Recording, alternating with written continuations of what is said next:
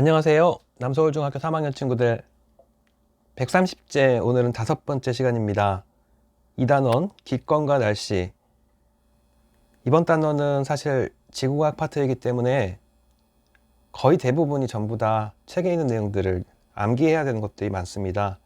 그래서 여러분 다 하나씩 가지고 있는 해설지에 정답뿐만 아니라 오답은 왜 그것이 틀렸는지 굉장히 설명이 잘 되어 있습니다. 반드시 문제를 풀어보고 답만 맞추는 것이 아니라 오답인 경우에는 해설지에 나와 있는 왜 정답이 아닌지 오답인지 그 이유까지 같이 공부를 하시기 바랍니다. 시작하겠습니다. 89번. 그림은 기권의 기온 분포를 나타낸 것이다. 이에 대한 설명으로 옳은 것은 방법 없습니다. 이거는 여러분들 교과서 55페이지에 있는 내용인데 방법이 없어요. 다 외워야 됩니다. 아래쪽부터 대륙권, B가 뭐죠? 그렇지, 성층권. C는 중간권. D는 열권. 높이에 따라서 이렇게 기온 분포가 내려갔다 높아졌다 내려갔다 높아졌다 하고 각각의 층에서 일어나는 기상현상 그리고 특징들 교과서에 잘 기술이 되어 있습니다. 옳은 것을 고르면 4번 D층이니까 열권입니다. 낮과 밤의 기온 차이가 매우 크다. 공기가 굉장히 희박하고 태양에서 가장 가까이 있기 때문에 낮과 밤의 기온차가 굉장히 크겠죠. 정답은 4번. 90번 문제. 90번. 이거는 교과서 57쪽부터 58쪽에 실험이 있고요.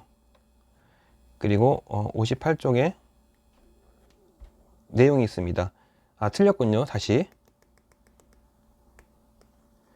실험은 여러분들 교과서 56, 57에 실험이 있고요. 관련 내용은 58쪽에 관련 내용이 있습니다. 문제 읽어보겠습니다. 그림 가와 같이 장치하고 적외선 등을 켠 다음 2분 간격으로 알루미늄 컵의 온도를 측정하여 그림 나와 같은 결과를 얻었다. 알루미늄 컵이 처음에 온도가 낮았는데 등을 비춰주면 얘가 점점 온도가 상승을 하겠죠. 그래서 처음에는 알루미늄 컵의 온도가 약 한 25도였는데 시간이 지남에 따라서 4분, 6분, 8분, 10분, 12분 지남에 따라서 온도가 올라가다가 약 한 12분, 14분? 14분 정도가 돼서는 거의 50도의 온도가 일정하게 유지되는 것을 볼 수 있습니다. 이유는 처음에는 적외선 등으로부터 열을 계속 받다가 50도가 되면 적외선 등으로부터 받는 열 에너지와 이 알루미늄 컵이 방출하는 열 에너지 두 개 크기가 같으면서 온도가 일정하게 유지가 됩니다. 그래서 이런 내용들을 바탕으로 보기에서 고르면 보기 기억. 컵의 온도는 처음에는 올라가다가 시간이 지나면 일정해진다. 예, 그렇죠. 올라가다가 일정해집니다. 기억은 맞고. 니은 복사평형에 도달하는 시간은 약 20분이다. 20분인가? 확대를 좀 해서 볼까요? 그렇군요. 아까 여기 14분 정도에 일정해진다 그랬는데 이거 지우고 다시 보겠습니다. 너무 대충 봤구나. 14분이 여긴데 14분에도 조금씩 온도가 올라가고 있죠. 그러다가 정확하게 온도가 일정하게 유지되는 것은 한 여기부터인 것 같아. 여기가 몇 분인가 찾아보니까 20분입니다. 그림을 확대해 보니까 좀 더 자세히 보이네요. 그래서 니은도 20분. 예, 맞습니다. 디귿 20분 이후에는 컵이 흡수하는 복사 에너지량과 방출하는 복사 에너지량은 같다. 예, 그렇기 때문에 온도가 일정하게 유지가 되겠죠. 정답은 기억, 니은, 디귿 5번이 되겠습니다. 다음 문제 91번. 91번. 교과서 60페이지에 있는 내용입니다. 그림은 지구에서 복사평형이 일어나는 과정을 나타낸 것이다. 이에 대한 설명으로 옳은 것을 골라라. 교과서에 그림이 잘 나와 있는데 중요한 것만 표시를 해보면 태양으로부터 발생하는 에너지를 100%라고 했을 때 요 대기, 그러니까 요 안쪽에 기권과 지표에 도달하기 전에 먼저 반사되는 양이 총 30% 정도 되고 여기를 뚫고 들어오는 양이 70 정도 됩니다. 그 70 중에서 50% 정도는 지표에 흡수되고 대기에 흡수되는 것은 20. 그러니까 20 더하기 50 해야 70이 나오겠죠. 그런데 태양으로부터 계속 이렇게 70%의 에너지를 받기만 하게 된다면 지구의 온도는 무한정 올라가게 될 텐데, 좀 전 실험과 마찬가지로 지구의 온도는 계속 올라가지 않고 일정하게 유지가 되는 이유는 받은 70%의 태양 에너지를 똑같이 우주로 방출하고 있기 때문입니다. 70을 받았고 70을 내보내기 때문에 일정하게 지구의 온도가 유지가 됩니다. 그래서 처음에 지표에서 흡수되는, 이거 너무 설명하려면 길 것 같으니까 여러분들이 교과서 한번 보고 그림에 대한 설명을 읽어보세요. 그래서 기억, 지구가 흡수하는 태양 복사 에너지의 양은 B와 D의 합과 같다. 지구가 흡수하는 것은 대기에 흡수되거나 지표에 흡수되거나 둘 중에 하나겠죠. 그래서 B가 어디 갔니? B. 뭔가 반사되는 양이 여기 있으니까 기억은 틀렸습니다. 니은, 지구가 우주로 방출하는 복사 에너지의 양은 C와 D의 합과 같다. 지구가 우주로 방출하는 복사 에너지는 대기에서 방출하거나 지표에서 방출하거나 그래서 알파벳을 찾아보면 지구가 우주로 방출하는 복사 에너지량, 문제를 한번 꼬았군요. 우주로 방출하는 양이 요 대기에서 방출하는 양과 지표에서 방출하는 양, 요 둘의 합이 지구에서 방출하는 양이라면 그 방출량과 똑같은 양을 지구에서 흡수하고 있을 것이기 때문에 흡수되는 양 70은 대기에 흡수되는 양 20%와 지표에 흡수되는 양 50%, 요 둘의 합과 같겠죠. 이해되십니까? 지구 전체에서 방출하는 양은 지구에서 반사된 것을 제외하고 여기를 뚫고 들어오는 양과 같기 때문에 대기에서 흡수되는 양과 지표에 흡수되는 양, 요 둘의 합과 같다. 그래서 C와 D의 합이 흡수되는 양이자 곧 방출되는 양과 같습니다. 따라서 니은은 정답입니다. 디귿, 온실효과는 이에 의해서 나타난다. 온실효과, 지구에 존재하는 기체들은 지표로부터 방출되는 복사 에너지를 다시 흡수해서 지구의 온도를 일정하게 유지시키는 역할을 하는데, 온실 효과는 그렇죠. 그래서 이렇게 지표에서 방출된 에너지가 다시 지표로 흡수되는 화살표 방향, 이 2를 찾아주시면 되겠습니다. 정답은 4번 니은과 디귿. 다음 페이지 92번. 92번은 여러분 책 61쪽에 똑같은 그림이 있습니다. 공기 중에 이산화탄소의 농도가 해가 갈수록 1980년, 2020년 해가 갈수록 증가하고 있는데, 이산화탄소의 농도와 지구의 평균 기온이 거의 추세가 같습니다. 그 말은 대기에 존재하는 이산화탄소의 농도가 지구의 평균 기온에 영향을 미친다 라는 사실을 예상할 수 있겠죠. 그래서 옳지 않은 것을 고르면 정답은 4번. 최근에 지구는 더 낮은 온도에서 복사 평형이 이루어지고 있다. 아니죠. 낮은이 아니라 온도가 높아졌기 때문에 높은 온도에서 복사 평형을 이루고 있습니다. 다음 문제 93번. 그림은 포화수증기량 곡선을 나타낸 것이다. 포화수증기량 굉장히 어렵죠. 포화수증기량과 관련해서 요 93번과 94번은 똑같이 66쪽과 67쪽에 있는 내용입니다. 여기는 대충 보면 좀 어렵습니다. 책을 반드시 꼼꼼히 다 읽어보시고 그 내용들을 정확하게 이해해야만 문제를 정확히 풀 수 있습니다. 포화수증기량 곡선. 단 A 공기의 기온은 낮 2시경에 측정한 값이고 하루 동안 공기 중 수증기량은 일정하다 라는 단서가 붙었네요. 자, 먼저 알아야 될 것이 자, 여기다가 좀 써볼까요? 지난 시간에 했었는데 포화 수증기량, 여러분 교과서 66쪽에 다 있습니다. 포화 수증기량. 정의가 뭐였더라? 포화 수증기량. 정의는 포화 수증기량의 정의는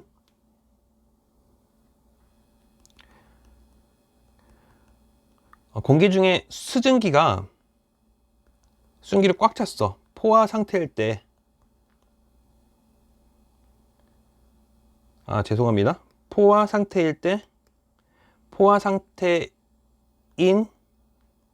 공기 1kg에 들어있는 수증기량. 여러분 책하고 지금 똑같이 해주기 위해서 책을 막 컨닝을 하면서 하다 보니까 조금 버벅입니다. 그리고 단위는 g으로 나타냅니다. 그리고 상대습도. 습도, 여름에는 너무 막 비 오면 습도가 높아, 짜증나, 불쾌지수도 높아져. 그런 말 많이 하죠. 상대습도를 나타내는 식은 현재 기온의, 분모의 현재 기온의 포화 수증기량에 대해서 역시 마찬가지로 현재 공기의, 아래쪽에 기온이 아니고 공기입니다. 현재 공기. 교과서에 현재 공기라고 써 있군요. 현재 공기의 포화 수증기량분의 현재 공기의 실제 수증기량. 그럼 비율이기 때문에 이게 소수점이 나오는데 여기에 곱하기 100을 해서 단위는 퍼센트를 붙여줍니다. 이게 상대습도의 정의예요. 자, 그래서 93번 문제 보시면 A 공기에 대한 설명으로 옳은 것은, 자, A는 지금 여기에 있습니다. 이 곡선이 포화 수증기량을 나타내는 곡선이고요. A 공기는 여기에 있대. 그러니까 30도일 때 이를테면 30도일 때 포화 수증기량이 27.1이니까 30도일 때 습도가 100%가 되기 위해서는, 다시 말해서 공기가 1kg 이렇게 있어. 공기가 1kg. 그럼 여기 공기 1kg 안에 가장 많이 들어있는 물질은 뭘까요? 여기에 여러 가지 물질이 다 포함되어 있겠지. 이게 순수한 공기니까 이 안에는 이산화탄소도 있고 여러 가지가 있을 겁니다. 제일 많은 게 뭘까?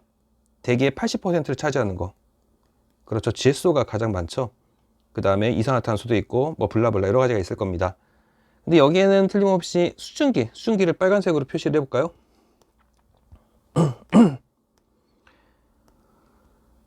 물 분자를 빨간색으로, 그러니까 수증기를 빨간색으로 표시하면 수증기 분자가 이렇게 있다면 이렇게 하나, 둘, 셋, 넷, 다섯, 여섯, 7개 있을 때보다는 한 3개 정도가 더 있으면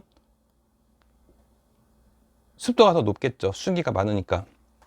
근데 그렇다고 해서 이 질소를 전부 다 제외하고 여기에 몽땅 다 수증기만 넣을 수는 없겠죠. 실제 공기 중엔 질소가 가장 많기 때문에 이 질소가 하나도 없을 수는 없습니다. 질소가 어느 정도 들어가 있을 수밖에 없어요. 그래서 질소뿐만 아니라 다른 것들을 포함해서 이 공기 1kg의 수증기가 가장 많이 들어갔을 때의 상태를 습도 100%라고 합니다. 우리가 흔히 100% 습도라고 해서 착각하기 쉬운 게 비 오는 날 습도가 100%야 라고 하면은 공기 중에 1kg 안에 그냥 물 분자만 다 있는 것이 아니라 이 안에 들어갈 수 있는 수증기의 양을 기준으로 했을 때 그만큼 100% 들어갈 수 있는 건 다 들어간 상태를 100%라고 합니다. 그래서 이걸 바탕으로 해서 그래프를 보면 1번 현재 포화 상태이다. A 기체는 포화 상태가 아니죠. A 기체가 포화 상태가 되기 위해서는 25도일 때 한 이 지점 공기 중에 20kg당 20g 정도의 수증기가 들어가 있어야지만 포화 상태가 됩니다. 그래서 1번은 틀렸고, 2번 상대 습도는 약 42%이다. 상대 습도는 42%이다. 이거 계산해야겠죠? 계산하시면 A 온도 25도일 때의 포화 수증기량은 쭉 따라가니까 20도고, 상대 습도 20도가 아니라 20g 분에 현재 A의 위치는 한 요쯤 됩니다. 10. 계산하시면은 습도니까 여기에 100을 곱해야겠죠. 계산하면 2분의 1에 100을 곱하니까 약 50%가 현재 A의 습도가 됩니다. 상대 습도. 그래서 니은은 2번은 틀렸고요. 3번, 기온이 20도씨가 되면 응결이 일어난다. 응결이라는 것은 공기 중에 수증기가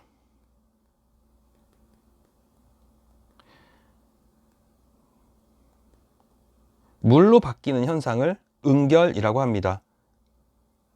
대표적인 게 공기 중에 수증기가 물로 바뀌는 거가 컵 안에 시원한 얼음물을 담그게 되면 공기 중에 있던 수증기가 표면에 맺히기도 하고, 또 아침에 나뭇잎을 보면 밤새 이 주변을 떠돌던 수증기가 나뭇잎 표면에 물방울로 맺혀서 이슬이 되기도 합니다. 이런 현상을 응결이라고 합니다. 그래서 기온이 20도가 되면 응결이 일어난다.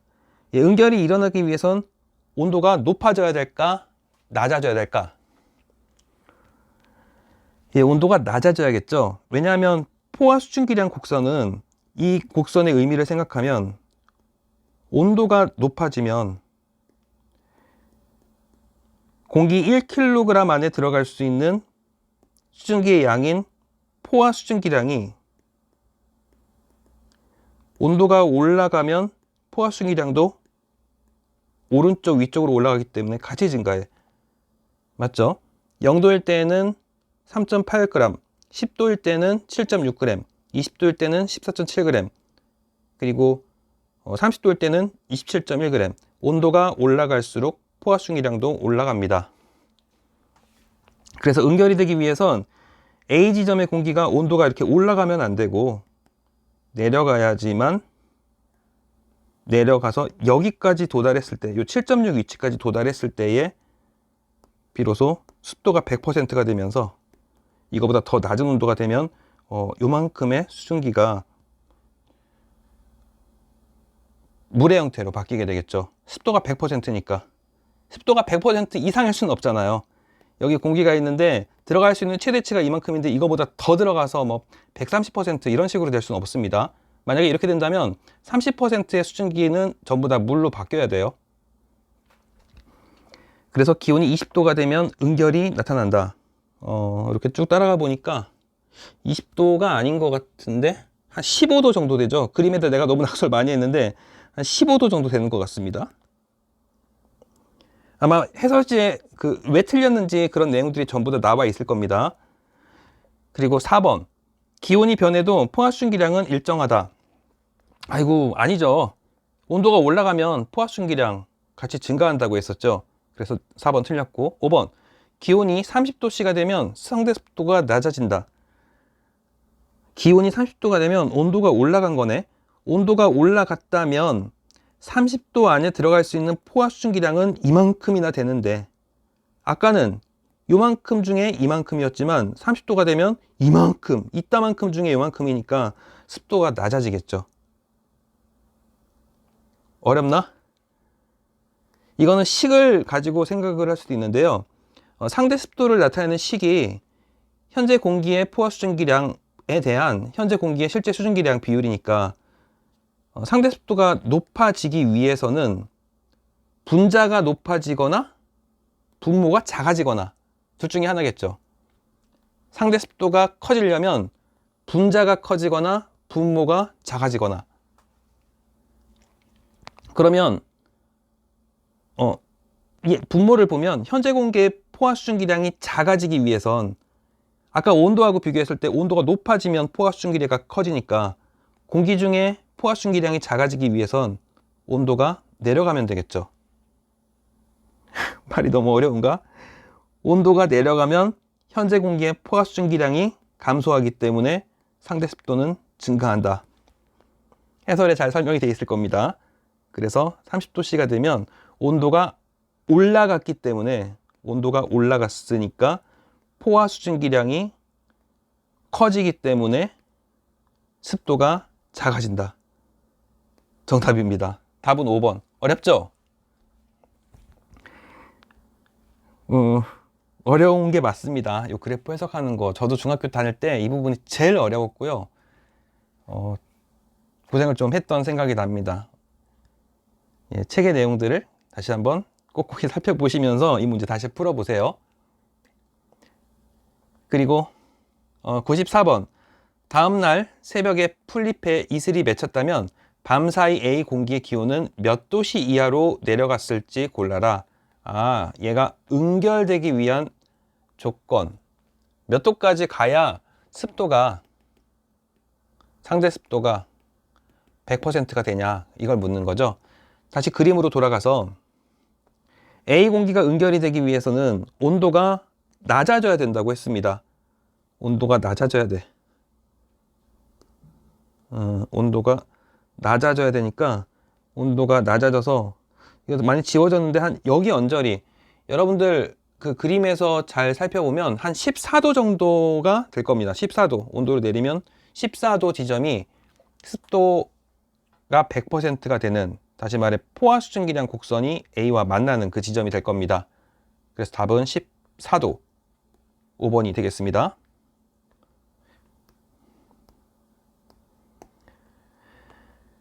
95번 상대 습도가 증가하는, 이건 68페이지에 있는 내용이고요.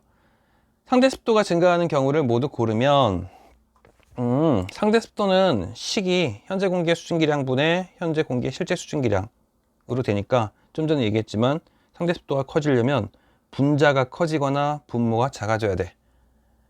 그래서 3번 기온이 낮아지고 수증기량이 증가한다. 기온이 낮아지면 포화 수증기량도 같이 낮아지는데 포화 수증기량이 낮아지는 거에 더해서 수증기량이 또 증가해버려. 이건 지금 더블이죠, 더블. 기온이 낮아지기만 해도 습도가 증가하는데 수증기량까지 같이 증가하니까 이거는 뭐 곱하기 2네. 더블로 증가해. 그리고 4번 수증기량은 일정한데, 그러니까 이게 분자죠. 수증기량은 일정한데 기온이 낮아져. 기온이 낮아지면 포화 수증기량이 어떻게 된다? 예, 포화 수증기량이 낮아지죠. 그러면 이 상대습도식에서 포화 수증기량이 낮아지면 전체 값은 커지겠죠. 식을 잘 해석해 보세요. 그래서 기온이 낮아지기 때문에 포화 수증기량이 작아져서 상대 습도는 커진다. 4번도 정답입니다. 3번과 4번이 정답입니다. 96번 비 오는 날 이거는 교과서 68쪽에 있는 내용입니다. 내용만 있고 정확하게 똑같은 문제는 없습니다. 96번 비 오는 날 자동차의 창문에 김이 서려 히터를 틀었을 때 나타나는 현상에 대한 설명으로 옳은 것은, 김이 서렸을 때 히터를 트니까 어떻게 되죠? 겨울에 히터 틀어 막 창가에, 여기 창에 막 허옇게 막 있는데 히터 틀면 이거 다 어떻게 되죠? 없어지죠? 그런 거 경험 못 해봤어요? 이번 겨울에 여러분들 집에서 한번 이번 겨울에 교실에서 한번 된다면 교실에서 이런 실험을 해보겠습니다. 될라나 모르겠네. 겨울철에는 바깥이 온도가 춥고 이제 그러니까 될지 모르겠다. 우선 한번 이런 거 관련된 실험을 가능하다면 학교에서 할 수 있도록 준비하겠습니다. 좌우간 김이 서렸을 때 히터를 틀었을 때 나타나는 현상에 대한 것으로 옳은 것은, 정답은 히터 트니까 온도가 어떻게 되니? 온도가 올라가죠. 그럼 온도가 올라가면 포화 수증기량은 요 곡선이죠.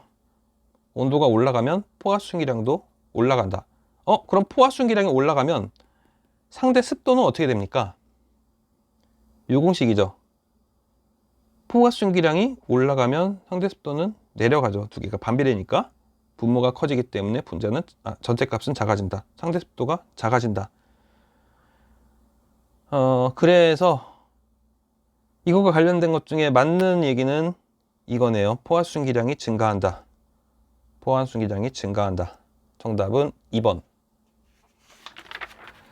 다음 페이지 97번 문제. 여러분 교과서 68쪽에 있는 내용입니다.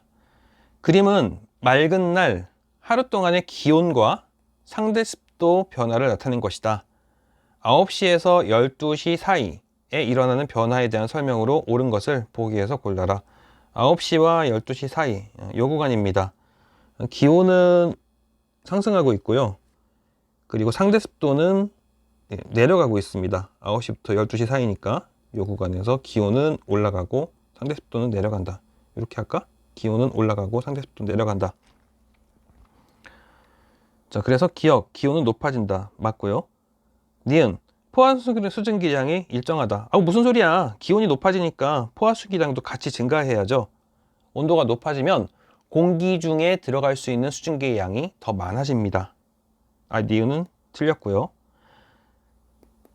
디귿, 상대 습도가 낮아진다.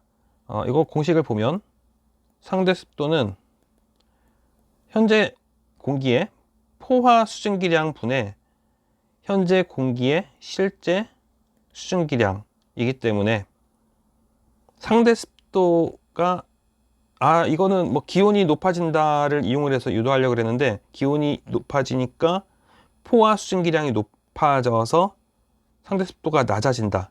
그래서 이걸 정답으로 쓰려고 그랬는데 이미 그래프에 다 주어졌네. 이게 여기 상대 습도 내려가고 있죠. 이렇게 곡선을 타고 내려가고 있으니까 디귿 정답입니다. 정답은 3번. 71쪽, 72쪽에 있는 98번 문제입니다. 71쪽, 72쪽.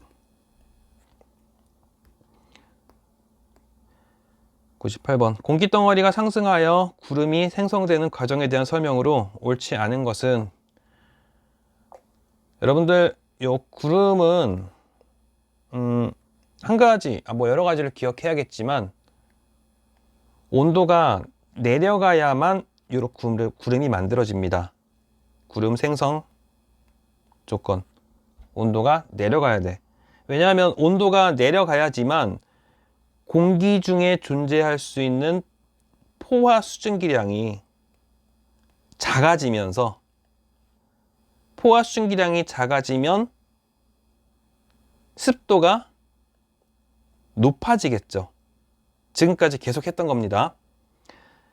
그럼 공기가 낮아지면 습도가 높아지면서 어느 순간 습도가 100%가 될 것이고, 100%가 되면은 공기 중에 과분하게 많은 수증기들은 전부 다 물이 될 것인데, 이게 바로 구름이 되는 겁니다. 그래서 예를 들면 이제 물이 수증기들이 이렇게 분포하다가 위쪽으로 올라가게 되면 고도가 높아지면 기온이 어떻게 됩니까? 대륙권에서 낮아지죠. 그러니까 위로 올라갈수록 온도가 낮아지기 때문에 온도가 낮아지니까 뭉게뭉게 구름이 만들어집니다. 그리고 여름철에 태양이 엄청 뜨거워. 태양.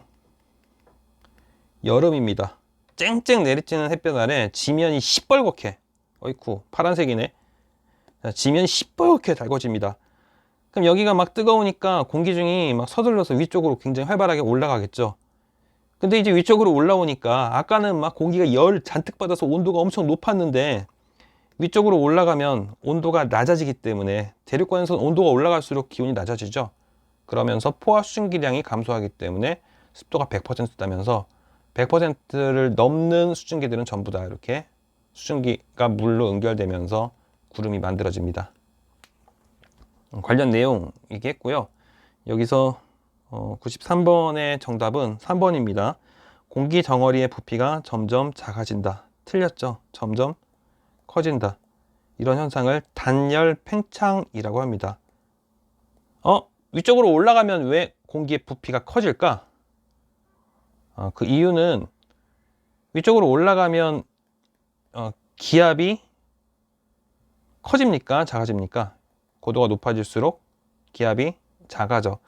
기압이 작다는 것은 압력이 낮기 때문에 아래쪽에 있을 때는 요 위쪽이 짓누르는 요 공기의 무게를 무게 때문에 이렇게 짓눌려 있던 놈들이 위쪽으로 올라가면 압력이 약해지기 때문에 이렇게 더 커지겠죠. 그래서 이런 현상을 단열 팽창이라고 합니다.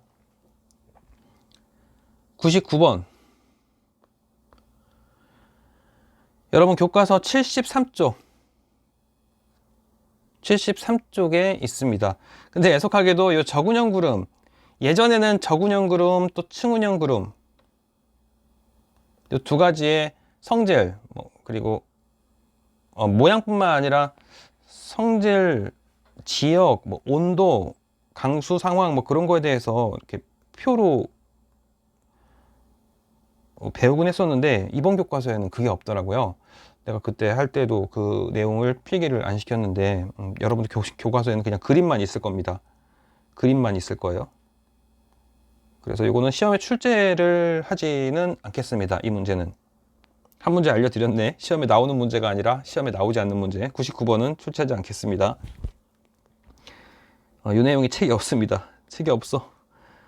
그래서 저군형 구름은 그 좁은 지역에 좀 전에 했던 것처럼 지표면이 강한 열을 받았을 때 집중적으로 주로 여름이겠죠. 여기 열을 받게 되면 열 받은 공기가 안 나, 열 받았어 하면서 막 위쪽으로 올라가서 이렇게 구름이 만들어지는 것을 저군형 구름이라고 합니다. 지금 무슨 얘기 아니? 사실은 지금 영상을 찍는 시간이 10시 30분인데 어제 잠을 못 자서 지금 꾸벅꾸벅 졸면서 막 하고 있습니다. 이런 얘기 또 왜 하는 거야? 빨리 하고 자야지. 자, 그래서 99번 공기의 상승 운동이 강할 때 생긴다. 예, 그렇습니다. 여름에 지표면이 열받았을 때 공기가 위쪽으로 올라가면서 순간적으로 공기가 기온이 내려가면서 습도가 100%가 되고 수증기가 응결되면서 좁은 지역에 이렇게 위아래로 높게 생성되는 구름을 저군형 구름이라고 합니다. 니은, 위로 솟아오른 모양의 구름이다. 네, 그렇습니다. 모양이 뭔가 쌓여있다. 쌓을 적자를 이용해서 저군형 구름이라고 하고요. 디귿, 넓은 지역에 지속적인 비가 내리는 경우가 많다. 에이, 넓은 지역 아니고 이렇게 좁은 지역. 넓은 지역에 내리는 경우에는 이렇게 구름이 이런 식으로 형성돼야겠죠. 이런 구름은 층운형 구름이라고 하고 이렇게 세로로 긴 형태의 구름을 저군형 구름이라고 합니다. 답은 기억 니은 3번. 다음 100번. 여러분 교과서 72쪽에 있는 내용입니다. 그림은 구름이 생성되는 과정을 나타낸 것이다. A에 의해 나타나는 공기 덩어리의 포화 수증기량과 상대 습도 변화를 옳게 짝지은 것은 물어봤습니다. 계속 했던 건데요. 다시 반복합니다. 온도가 올라가면 포화 수증기량은 어떻게 된다? 예, 커집니다. 그러면 상대 습도는 어떻게 된다? 예, 작아지겠죠. 좀 전에 전 페이지에서 했던 내용, 여러분들 95번에서 했던 내용들입니다. 95번. 그럼 반대로 온도가 내려가면 포화 수증기량이 작아지고 상대 습도는 커지겠죠.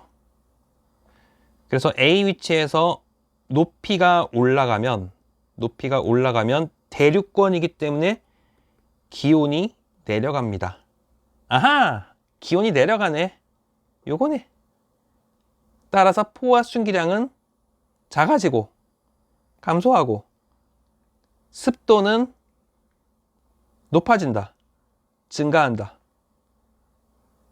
답은 3번입니다. 이제 어렵지 않죠? 아직도 어려워요? 네, 그럼 더 연습하세요. 공부에는 왕도가 없습니다. 101번. 교과서 74쪽에 있는 내용입니다. 저위도 지역에서 내리는 강수에 대한 설명으로 옳은 것을 골라라. 비 오는 현상, 강수 현상에 대한 얘기인데요. 기억, 물방울들이 합쳐져 비가 내린다. 예, 그렇습니다. 저위도 지방이니까 이거 열대 지방이죠. 더운 지방. 저위도니까 적도. 보통 구름은 중위도 지역과 저위도 지역 이렇게 두 가지로 나눠서 얘기를 하곤 하는데 구름을 비교할 때 중위도 지역의 구름에는 얼음과 물이 섞여 있습니다. 그런데 저위도 지방, 적도 주변 열대지방의 구름에는 얼음이 거의 없고 전부 다 물만 있습니다. 그래서 지금 이 오른쪽 그림에 대한 얘기입니다. 니은 얼음 알갱이가 작아지고 물방울이 커져서 비가 내린다. 에이, 무슨 소리야. 얼음 없다니까. 디귿 눈으로 내리다가 지표 부근이 따뜻하면 비로 내린다. 무슨 얘기야. 눈 없다니까. 더운 열대지방에 무슨 눈이야. 그래서 답은 1번입니다. 102번. 또 구름 얘기네요. 여러분 교과서 72쪽과 73쪽에 있습니다.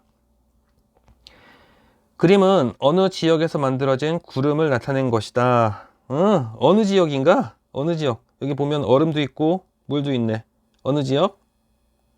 네, 우리나라와 같은 중위도 지역입니다. 이 구름에서 일어나는 강수 과정에 대한 설명으로 옳은 것은 특징을 보자면 구름이 이렇게 위아래에 걸쳐서 분포가 되어 있을 때 온도가 올라갈수록 높이가 높아질수록 온도가 내려가죠. 그러니까 여기가 0도라면 더 높은 곳은 온도가 더 낮아서 영하 40도입니다. 그래서 여기부터 0도니까 이 아래쪽은 0도 이상이기 때문에 전부 다 물로 존재할 것이고요. 그리고 영하 40도부터 0도 사이에는 물과 얼음이 함께 존재합니다. 그리고 영하 40도보다 더 낮은 요 위쪽에서는 전부 다 얼음만 존재하고요. 그래서 옳은 것은 3번 A에는 얼음 알갱이와 물방울이 있다가 정답입니다. A가 여기죠. 103번 81쪽에 있습니다. 교과서 81쪽. 다음은 서로 다른 세 지역에서 측정한 기압을 서로 다른 단위로 나타낸 것이다. 세 지역의 기압 차이를 옳게 비교한 것은 물어봤습니다. 이거는 기억을 해둬야 되는데요. 1기압과 똑같은 것은 1013 HPA 어떻게 읽죠? 헥토 파스칼이라고 했습니다. 이것과 똑같은 것은 76 cm Hg 입니다. 그래서 기압 크기를 비교를 하면 1기압과 76 cm Hg 이 두 개는 서로 같고요. 그리고 여기 1008 헥토파스칼은 좀 더 작은 기압이죠. 정답은 4번이 되겠습니다. 그리고 104번 교과서 81쪽에 있는 내용입니다. 토리첼리 실험인데요. 교과서에 필기가 잘 되어 있을 겁니다. 토리첼리 실험. 지금 생각해보면 굉장히 무모한 짓을 했습니다. 여러분들, 수은 결코 인체에 좋은 물질은 아닙니다. 굉장히 위험한 실험을 했습니다. 요 수은을 가지고 실험을 했는데, 지금은 이런 거 절대 뭐 교과서에 있다고 해서 액체 수은 구해가지고 이런 실험 하시면 안 됩니다. 자, 수은을 아마 이런 식으로 토리첼리가 했을 겁니다. 여기에 수은을 이렇게 담고 시험관을 이렇게 뉘어. 그러니까 여기는 막혀 있고 여기는 열린 공간입니다. 이 상태에서 이 부분을 잡고 이렇게 들어 올리면 시험관이 이렇게 서겠죠. 그게 지금 이 그림입니다. 그런데 비록 이 시험관이 수은 안쪽에 있을 때는 이 안이 수은으로 가득했지만, 이 오른쪽 부분을 잡고 이렇게 세우게 되면 이 수은 자체에 당연히 그냥 상식적으로 이 안엔 공기가 들어가지 않은 진공 상태가 될 걸 예상할 수 있겠죠. 왜냐하면 이 수은도 자체 무게가 있으니까 얘가 아래쪽으로 내려오려고 할 거고, 여러분들 주사기 같은 거 가지고 실험해보면, 주사기 한 번씩 다 초등학교 때 해봤죠. 이렇게 해놓고 주사기가 이렇게 있는데 여기를 손으로 잡고, 이거 어떤 모양인지 아시겠어요? 여기 바늘이 들어가는 곳입니다. 여기 주사기. 이 뒷부분을 피스톤을 손으로 잡고 뒤쪽으로 쭉 뺄 때 여기를 손가락으로 이렇게 막으면은 피스톤이 나와서 한 요 정도의 빈 공간이 생기는데 여기에 공기가 있을까요? 예, 공기가 없죠. 여기는 이제 거의 진공 상태라고 할 수가 있습니다. 물론 완벽한 진공은 아니겠죠. 공기가 새어 들어갈 수 있으니까. 마찬가지로 요 가 위치가 진공이 됩니다. 그러면 요 수은 기둥이 어디까지 내려갈 수 있느냐? 공기도 무게가 있기 때문에 여기 지금 요 면적을 기준으로 해서 요 각 지점에 작용하는 압력은 전부 다 똑같아야겠죠. 만약에 요 빨간색 부분, 여기를 좀 이해하기가 힘들 텐데,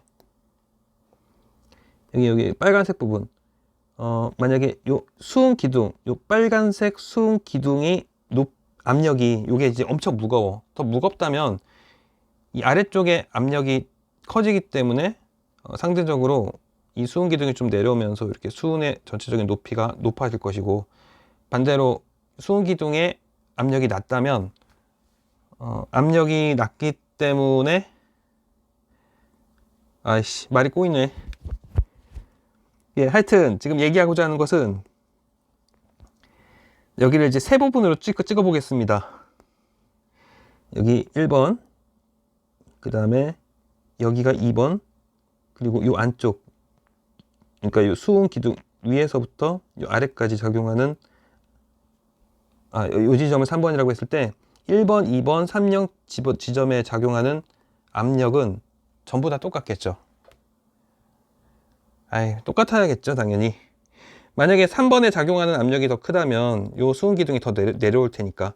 그리고 1번과 2번에 작용하는 압력이 더 크다면 요 위쪽으로 요 수은 기둥이 더 올라가야겠죠. 어쨌든 이 세 지점에 작용하는 압력이 똑같을 것입니다. 그럴 때 요 수은 면으로부터 요 수은 기둥이 끝까지 높이가 1기압일 때는 76cm가 된다. 이게 1기압일 때의 수은 기둥의 압력을 나타내는 숫자이고, 1기압을 그래서 76cm 뒤에다가 수은의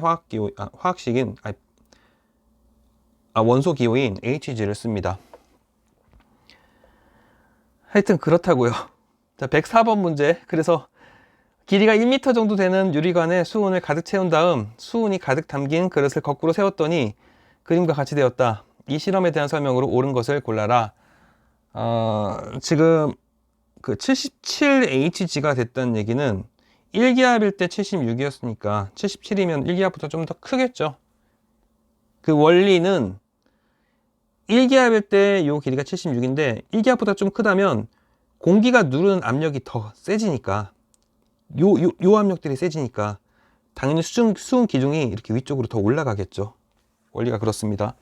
그래서 정답은 2번. 중원부원 좀 말이 많았네요. 지금 졸려서 그런 것 같습니다. 자, 105페이지, 105번 말이 막 헛나오고 있죠. 82쪽에 있는 얘기고요. 실험이고, 요게 똑같은 실험은 아니고 유사한 실험이 있습니다. 유사한 실험이 교과서에 있습니다. 아마 그 교과서에는 왼쪽에는 온수, 그리고 오른쪽에는 얼음을 놓고 요 가운데 향을 놓고 연기를 피우면 잠시 후에 이쪽은 그 기압이 낮아져서 공기 밀도가 커지고, 다시 말해 고기압이 되고, 여기 온수 쪽은 공기들이 위쪽으로 올라가서 상대적으로 기압이 낮아져서 저기압이 된다. 그렇기 때문에 바람이 고기압에서 저기압 쪽, 이쪽으로 바람이 불면서 향의 연기가 이렇게 오른쪽에서 왼쪽으로 간다. 이런 실험이 82쪽에 있습니다. 자, 문제 보겠습니다. 그림과 같이 장치하고 적외선 등으로 5분 정도 가열한 후 모래와 물의 온도를 측정하고 향 연기의 이동 방향을 관찰하였다. 이 실험에 대한 설명으로 옳지 않은 것은? 물어봤습니다. 적외선 등이 있을 때 물은 비열이 크기 때문에 온도 변화가 거의 없습니다. 여러분들 육지하고 바다를 생각하시면 돼요. 육지는 낮에는 온도가 높고 밤에는 온도가 낮은 반면에 바다는 거의 수온이 일정합니다. 그래서 모래가 이게 고온이고 물이 저온이겠죠. 아까 온수하고 얼음 얘기하고 똑같네. 그럼 모래는 고온이기 때문에 공기가 막 올라가. 그래서 여기는 저기압이 되고, 물 쪽은 저온이기 때문에 공기들이 쌓입니다. 저온이니까 밀도가 높아져. 여기는 고기압이 되겠죠. 그래서 가운데에 향을 놓게 되면 오른쪽에 기압이 높기 때문에 전체적으로 바람이 고기압에서 저기압, 오른쪽에서 왼쪽으로 붑니다. 그래서 향연기가 이렇게 왼쪽으로 올라가겠죠. 정답은 3번. 기압은 모래 쪽이 물 쪽보다 높아진다. 반대로 기술이 됐습니다. 모래 쪽이 저기압입니다. 다음 페이지 106번 해풍과 육풍에 대한 얘기군요. 여러분들 교과서 83쪽에 있습니다. 그림은 어느 해안에서 밤에 부는 바람을 나타낸 것이다. 이에 대한 설명으로 옳은 것을 보기에서 모두 고르시오. 아하, 밤이네. 밤이니까 좀 전에 했던 얘기인데요. 밤이니까 바다는 기온이 거의 일정합니다. 낮과 밤의 기온차가 거의 없어. 하지만 육지는 낮에 해가 있을 때는 막 급격하게 온도가 올라갔다가 밤이니까 기온이 급격하게 떨어집니다. 여러분들 사막은 낮에는 타는 듯한 더위, 찌는 듯한 더위, 막 굉장히 덥지만 밤에는 엄청 춥습니다. 물이 없기 때문에 금방 뜨거워졌다, 금방 식어서 사막은 밤에 굉장히 추워요. 그래서 기온이 낮기 때문에 상대적으로 바다가 기온이 일정하지만 육지에 비해서는 온도가 높은 상태입니다. 그래서 여긴 기온이 낮으니까 상대적으로 공기들이 막 쌓여 공기 밀도가 높아져서 고기압이 되고, 그리고 바다 쪽은 공기가 기온이 높으니까 기온이 높기 때문에 밀도가 작아져서 상대적으로 저기압이 됩니다. 그래서 바람은 고기압에서 저기압으로 부니까 이렇게 붙겠죠. 보통 공기가 지면 부근에서는 왼쪽에서 오른쪽으로 가는데, 그렇게 되면 공기가 순환을 하기 때문에 오른쪽에서 올라간 공기는 결국 위쪽에서는 오른쪽에서 왼쪽으로 이동을 하죠. 바람의 방향을 얘기할 때는 저 위쪽 하늘 어딘가에 일어나는 바람의 그 경향을 보는 것이 아니라 요 지표 부근의 바람의 방향을 풍향이라고 합니다.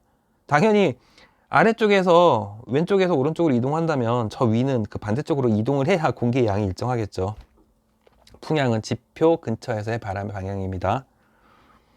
그래서 바람의 방향이 육지에서 바다이기 때문에 이걸 육풍이라고 합니다. 육풍. 바다로 가는 것이 아니라 육지에서 불어오는 바람. 육풍입니다. 기억은 정답. 니은, 기압은 바다가 육지보다 낮다. 바다가 저기압이죠. 바다가 저기압. 니은도 맞고요. 기온은 바다가 육지보다 높다. 바다가 고온입니다. 바다가 고온. 기온은 육지보다 높다. 예, 디귿 정답. 답은 기역, 니은, 디귿. 107번. 여러분 교과서 84쪽, 85쪽에 있고요. 지난 시간에도 했던 것 같은데요. 저번에 그러니까 3시간 전인가? 2시간 전인가? 예, 똑같은 그림이 있었던 것 같습니다. 자, 그림 가는 우리나라에 영향을 주는 기단의 위치를 나타낸 것이고, 나는 기온과 습도에 따라 기단을 분류한 것이다. A부터 D 기단에 대한 설명으로 옳은 것은 할 수 있을까요? 자, 기단 이렇게 그 4개로 나눠주면 여기 A는 시베리아 기단, B는 뭐지? 양쯔강 기단, C는 북태평양 기단, D는 오호츠크의 기단입니다.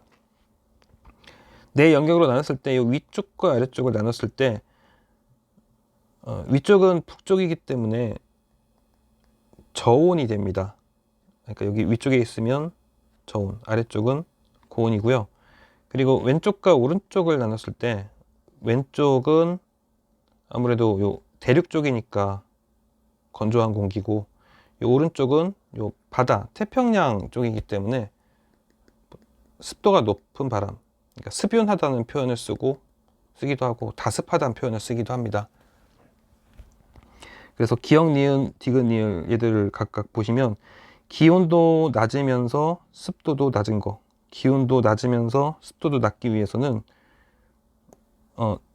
우리는 남쪽이면서 습도가 낮으니까 서쪽이 되겠죠. 서쪽이면서 남쪽.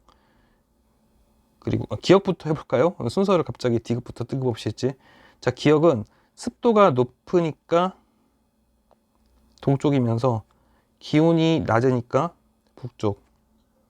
그리고 니은은 습도가 높으니까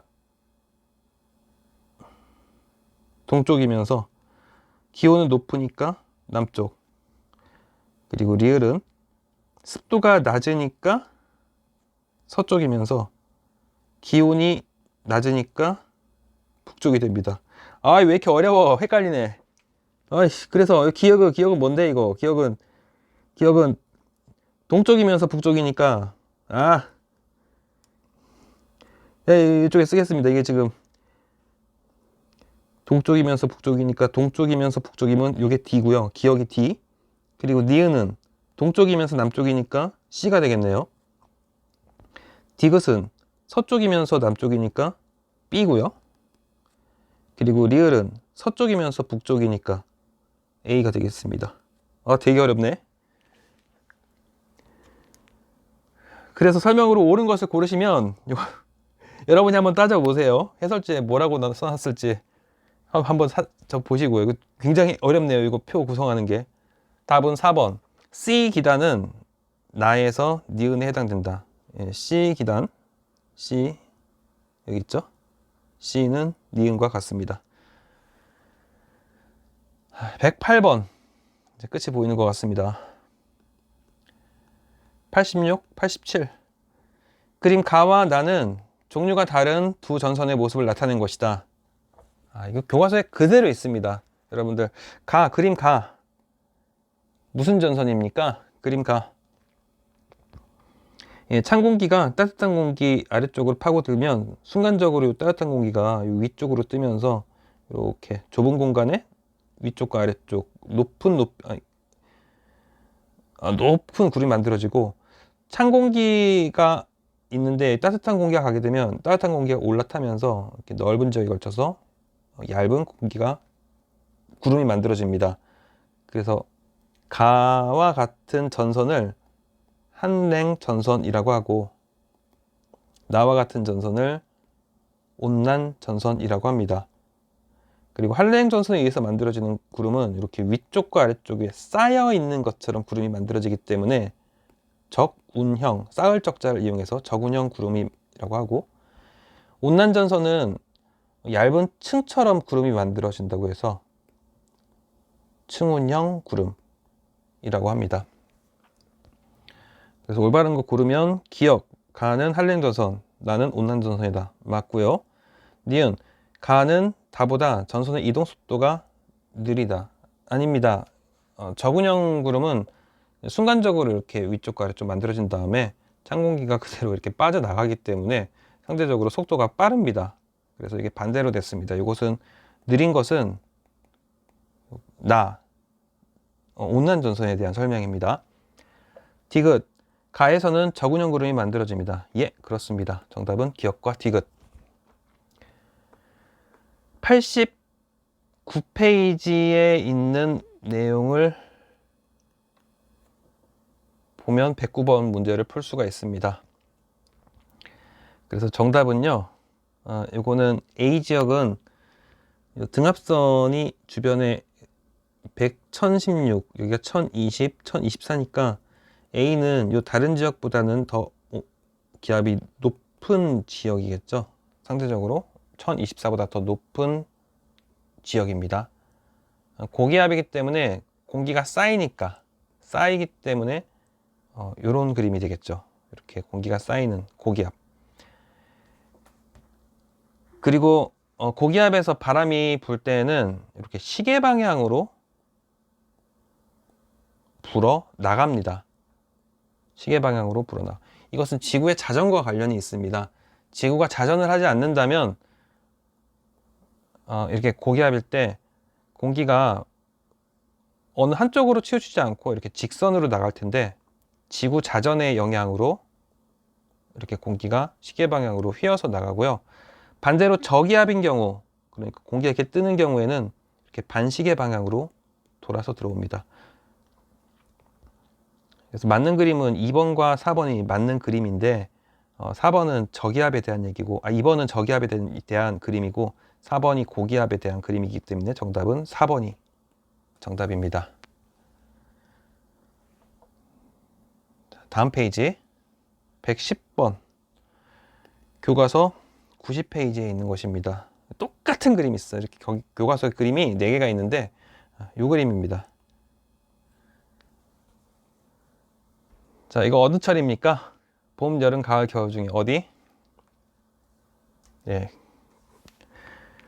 이렇게 그 등고선이란다. 등압선이 촘촘하게 빽빽하게 그려지고 여기에 뭐 그 장마전선이나 회색전선, 그러니까 뭔가 이런 전선을 나타내는 그런 기호가 없고 단순한 그림은 보통 겨울입니다. 다른 계절은 좀 복잡해. 교과서 한번 그림 보세요. 90페이지 보면 겨울이 제일 간명합니다. 겨울이 제일 그리고 그 여름과 겨울을 나타내는 기압을 나타내는 용어가 하나 있었죠. 그래서 여름에는 남고 북저, 겨울에는 서고 동저. 이 말은 외워두는 게 좋습니다. 여름 남쪽이 고기압, 북쪽이 저기압. 겨울에는 서쪽이 고기압, 동쪽이 저기압. 보면은 서쪽이 고기압이고 동쪽이 저기압이죠. 겨울입니다. 그래서 답은 5번. 자, 마지막 문제입니다. 만세! 89페이지 111번. 이동성 고기압과 저기압이 우리나라를 자주 지나가는 계절에 나타나는 날씨 영향으로 오른 것은? 이동성 고기압과 저기압이 우리나라를 자주 지나가는 계절. 이것은 일단 저기압이니까 날씨가 굉장히 흐리겠죠. 그리고 자주 지나간대. 흐린 날씨가 자주 지나간대. 이것만 가지고도 답을 풀 수 있겠네요. 몇 번입니까? 그렇지, 4번입니다. 날씨의 변화가 심해진다. 자, 이렇게 해서 오늘 마치고요. 다음 시간은 마지막입니다. 여러분 112번부터 제일 마지막 문제인 130번까지 다음 시간에 정리하겠습니다. 영상을 짧게 찍지 못하고 계속해서 좀 길게 찍어서 미안합니다. 이렇게 하다 보니까 계속 길어지는데, 설마 오늘도 여기까지 다 들은 친구 있습니까? 아이고, 정말 고생 많았습니다. 단순히 듣기만 해서는 남는 것이 없을 테니까요. 어차피 돌아서면 다 잊어버려. 계속해서 얘기하지만 공부는 누가 하는 거다? 자기가 하는 겁니다. 100번 듣고 보는 것보다는 한번 읽고 쓰고 생각해 보는 것이 훨씬 더 기억에 잘 남습니다. 수고하셨습니다. 공부 열심히 하시고요. 다음 시간에 130제 마지막 시간 문제풀이 하겠습니다. 고생하셨습니다. 다음 시간에 봐요.